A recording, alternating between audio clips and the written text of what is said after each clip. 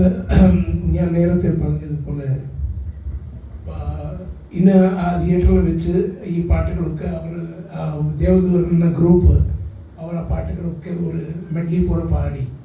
അത് പാടുമ്പോൾ എനിക്ക് ഈ പാട്ട് 27 വർഷം മുൻപ് റെക്കോർഡ് ചെയ്തതിൻ്റെ കംപ്ലീറ്റ് അതാണ് ഓർമ്മകൾ. I was flooded with memories, such beautiful memories.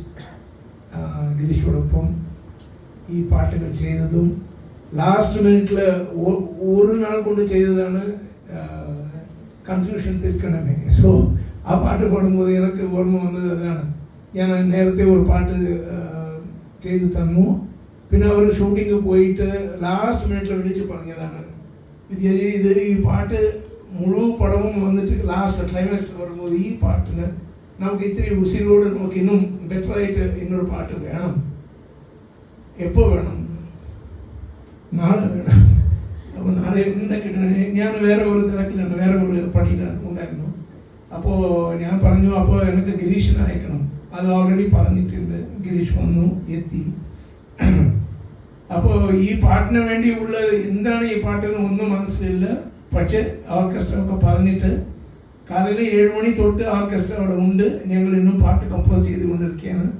അപ്പോൾ ആദ്യം വന്നത് ശംഭോ ശിവശംഭോ, അതാണ് വാക്ക്. അപ്പോൾ ഞാൻ ഗിരീഷോട് പറഞ്ഞു, ഇതുകൊണ്ട് നമുക്ക് ഈ പാട്ട് ചെയ്യാം.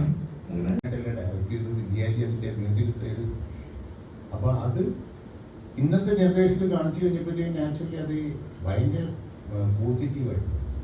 അപ്പൊ അതിനുശേഷം ഞങ്ങൾ പിന്നെ എത്രയോ പടങ്ങൾ എനിക്കുണ്ട്. ഞങ്ങൾ റീമാസ്റ്റർ ചെയ്യാനൊന്നും പോയിട്ടില്ല. പിന്നെ പ്രിന്റ് എന്ന് പറയുന്ന സാധനം അത് ഒരാൾക്ക് പൈസ കിട്ടി കഴിഞ്ഞപ്പോഴത്തേക്കും വേറെ ആൾക്കാർക്ക് പൈസ കിട്ടണമല്ലേ. അതാണല്ലോ പാനിപ്പൂരിയുടെ വിൽപ്പന ഈ കേരളത്തിലൊക്കെ നടക്കുന്നത് അല്ലേ. ഒരു ലോട്ടറി അടിക്കും, അപ്പൊ അതേമാതിരി എനിക്കും അടിക്കണം എന്ന് പറഞ്ഞിട്ട് പക്ഷേ അതിന് വളരെയധികം ഡെഡിക്കേഷൻ ഉണ്ട്. എനിക്ക് ഇതിൽ പറയാനുള്ളത് എന്ന് വെച്ച് കഴിഞ്ഞാൽ എൻ്റെ മകളുടെ ഷർമീൻ, അവളുടെ ടീമാണ് ഇതിനൊക്കെ. ആ ടീം എന്ന് പറഞ്ഞു കഴിഞ്ഞാൽ ബോഡി, മിസ്റ്റർ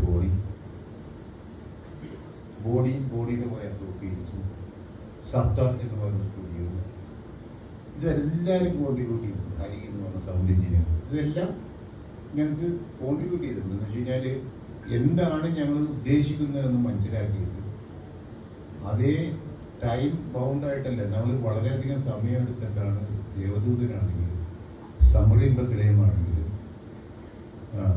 അത് റീമാസ്റ്റർ ചെയ്ത് ഈ പോസ്റ്ററിൽ എത്തിച്ചു. So thank to God and same time എൻ്റെ ടീമിൻ്റെ അടുത്ത്, എൻ്റെ മകളുടെ അടുത്ത്, ഇതിനെ എല്ലാവരും ഞങ്ങൾ സപ്പോർട്ട് ചെയ്തിട്ടുണ്ട്. അയാളായി വന്നു ശ്രീ ബിനുവാണ്. അദ്ദേഹം ദുബായിൽ ബിസിനസ് നടത്തുന്നയാളാണ്. അതോടൊപ്പം തന്നെ മിസ്റ്റർ ഫിലിപ്പ് സക്കറി. ഇവർ രണ്ടുപേരും ഈ ഒരു സിനിമയോടുള്ള ഇഷ്ടം കൊണ്ട് നമ്മുടെ കൂടെ ഈ ഒരു പ്രൊഡക്ഷൻ്റെ ഭാഗമായിട്ട് നമ്മളുടെ കൂടി വന്ന ആൾക്കാരാണ്. അദ്ദേഹം കുടുംബമായിട്ട് ഇതിൻ്റെ ഈ റിലീസിന് വേണ്ടിയിട്ട് ദുബായിൽ വരെ എത്തി, ഇത് വെളുപ്പിനെ എത്തി തിരിച്ചു പോകുന്ന ആളാണ് നാളെ തന്നെ. അപ്പോൾ അത്രമാത്രം ഈ സിനിമയെ സ്നേഹിക്കുന്ന ഒരുപാട് ആൾക്കാർ നമ്മളോട് ചേർന്ന് നിൽക്കുന്നുണ്ട്. മിസ്റ്റർ ഫിലിപ്പ്, അദ്ദേഹം മറ്റൊരു വിദേശയാത്രകളായതുകൊണ്ട് വരാൻ പറ്റുമായിരുന്നു. അദ്ദേഹം ഭാര്യയുമായിട്ട് നമ്മുടെ ലോഞ്ച് സമയത്ത് വന്നിരുന്നു. മഞ്ജു വാര്യരുടെ പ്രൊഫഷണലുണ്ടായിരുന്നു. അപ്പോൾ ഇത്തരം ഒരുപാട് ആൾക്കാർ ഈ സിനിമയെ ഇഷ്ടപ്പെടുന്ന, പൊതുവായും സിനിമ ഇഷ്ടപ്പെടുന്ന ഒരുപാട് ആൾക്കാർ സപ്പോർട്ട് എപ്പോഴും നമുക്ക് ഉണ്ട്. അതുകൊണ്ടൊക്കെയാണ് ഇത് സാധ്യമാകുന്നത്. ഒരുപാട് പേര്, ഒരുപാട് സിനിമ എന്ന് പറയുന്ന ഒരു പാഷനായിട്ട് തുടങ്ങി ഒരുപാട് പേരുടെ സപ്പോർട്ട് ത്രൂ ഔട്ട് നമുക്കുണ്ടായിരുന്നു. ദേവദൂതൻ്റെ സമയത്ത് അങ്ങനെ തന്നെയാണ് ഒരുപാട് സപ്പോർട്ട് നമുക്കുണ്ടായിരുന്നു. പിന്നെ ഈ കുട്ടികളൊക്കെ ഇവർ വളരെ എക്സൈറ്റഡ് ആണ്. ഇവരുടെ എക്സൈറ്റ്മെൻറ്റ് കാണുമ്പോഴാണ്. ഞാൻ എടുത്തുകൊണ്ട് നടന്ന കുട്ടിയാണ് ഇത്. ഇപ്പോഴും ഇന്നൊരു ഫോട്ടോ കാണിച്ചത് ദെൻ ആൻഡ് നൗ എന്ന് പറഞ്ഞിട്ട്, അന്ന് ഞാൻ അവിടെ ഇപ്പോൾ നടക്കുന്ന ഫോട്ടോയും ഇന്ന് ഞങ്ങൾ ഒരുമിച്ച് നിൽക്കുന്ന ഫോട്ടോയായിട്ട് അവൾ സോഷ്യൽ മീഡിയയിലേക്ക് ഇടുന്നില്ല. ആൻഡ് ഏറ്റവും ചെറിയ ആളാണ്. ഇവരുടെ ഒരു എക്സ്പീരിയൻസുകൾ നമുക്ക് കേൾക്കാം. നടന്ന മെമ്മറീസ് ഒക്കെ ഷെയർ ചെയ്യായിരുന്നു തിയേറ്ററിൽ ഇരുന്നുകൊണ്ട്. പിന്നെ മണിച്ചേട്ടനെ ഒത്തിരി അധികം മിസ് ചെയ്യുന്നുണ്ട്. സുകുമാരി അമ്മ, മയൂരി ചേച്ചി, അഗസ്റ്റിൻ സാർ.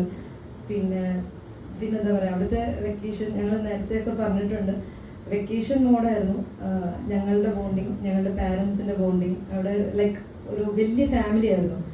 ഒരു calm atmosphere, calm place, calm cast and crew, എല്ലാം ഭയങ്കര എന്താ പറയുന്നത്, എല്ലാവർക്കും സ്നേഹം, നല്ലൊരു സ്നേഹമുള്ള മൂവിയായിട്ട് തന്നെ അത് ഔട്ട്പുട്ട് കിട്ടി. പിന്നെ എസ്പെഷ്യലി സോങ്സ് നിങ്ങൾക്ക് പറയേണ്ട ആവശ്യമില്ലല്ലോ. സോങ്സ് ഒക്കെ ഞങ്ങൾ ആ ഓരോ ബീറ്റും ഞങ്ങൾ ഭയങ്കര ആസ്വദിച്ചാണ് ഇരുന്ന് കണ്ടത്. അന്നൊക്കെ വളരെ ചെറുതായിരുന്നല്ലോ, അതൊന്നും അത്ര എൻജോയ് ചെയ്യാൻ പറ്റിയില്ല.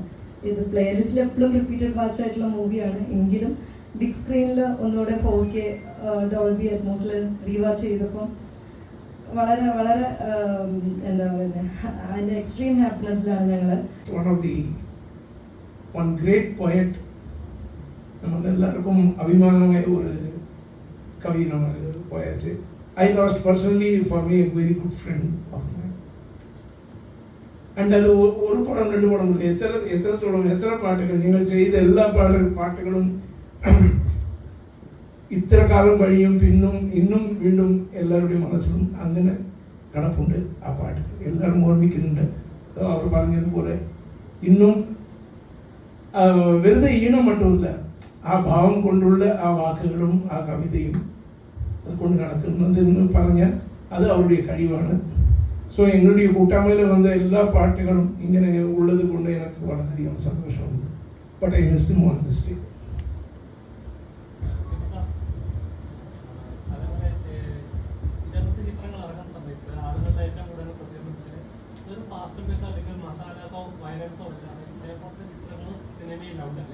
ഇതും സിനിമയാണ്, ഇങ്ങനെ സിനിമ എൻജോയ് ചെയ്യാൻ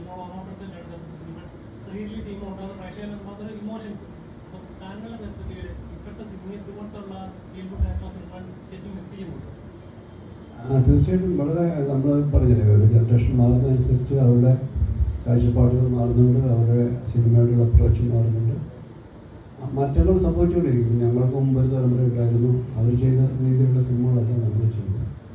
പിന്നെ നമ്മളുടെ ആ തലമുറയിലുള്ള ആൾക്കാർക്ക് കുറച്ചും കൂടെ സസ്റ്റൈനബിൾ ഉണ്ടായിരുന്നു പറയാം. നമ്മൾ അത്തരം സിനിമകൾ സ്വീകരിക്കുന്ന ഒരു വലിയ തലമുറ നമ്മുടെ കൂടെ സഞ്ചരിച്ചിരുന്നു. പുതിയ തലമുറയിലെ കുട്ടികൾ ചെയ്യുന്ന സിനിമകൾ എന്ന് പറയുന്നത് അവരുടെ ജീവിതാനുഭവങ്ങളിൽ നിന്നുകൊണ്ട് അവർ ചെയ്യുന്ന സിനിമകളാണ്. അവർ കുറച്ചുകൂടെ എക്സ്പോസ്ഡ് ആണ്. ലോകത്തിൻ്റെ വിവിധ ഭാഗം ഉണ്ടാകുന്ന ഏറ്റവും പുതിയ സിനിമകളൊക്കെ അവരുടെ വിരൽത്തുമ്പോൾ അവർ കാണുന്നുണ്ട്. അപ്പം അതൊക്കെ അവരെ സ്വാധീനിക്കുന്നുണ്ട്. അപ്പം അതിനോട് ചേർന്ന് നിൽക്കുന്ന സിനിമകളാണ് അവർ ചെയ്യുന്നത്. അതിന് നമ്മൾ കുറച്ച് കാണേണ്ട കാര്യമില്ല. അത് അവരുടെ ജനറേഷന് മനസ്സിലാകുന്ന കഥ പറച്ചിൽ രീതികളൊക്കെയാണ്.